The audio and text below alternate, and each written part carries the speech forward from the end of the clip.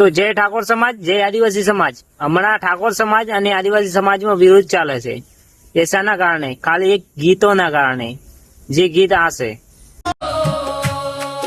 હે આ બુડાની પાડમાં ભીલણે માર્યો રે ગરાસિયો. જે આ ગીતમાં શબ્દો છે એ સાવ ખોટા છે. બાકી બનાવ આવો બનેલો છે કે ભીલણે ગરાસિયાને માર્યો, કારણ કે ગરાસિયો એક લૂંટારો હતો અને એક કાડલાના કારણે માર્યો હતો. અને આ ગીતમાં એવું છે કે ગરાસિયે ભીલને માર્યો. એના લીધે આદિવાસી સમાજ એટલે ગરાસિયા અને ભીલ સમાજમાં વિરોધ પેઠો છે. જે આ ગીત બનાવ્યું છે ને એ એક ઠાકોર સમાજનો છોકરો છે. એને એઆઈ મદદથી આવું ગીત બનાવ્યું છે. અને પછી કોઈ ગરાસિયાના છોકરે કઈક ઠાકોર સમાજ વિશે કઈક આવું ગીત બનાવ્યું છે. અમીરગઢની બજારમાં ગરાસીએ માર્યો રે ઠાકરડાને, આખી બજારમાં દોડાઈને માર્યો રે ઠાકરડાને.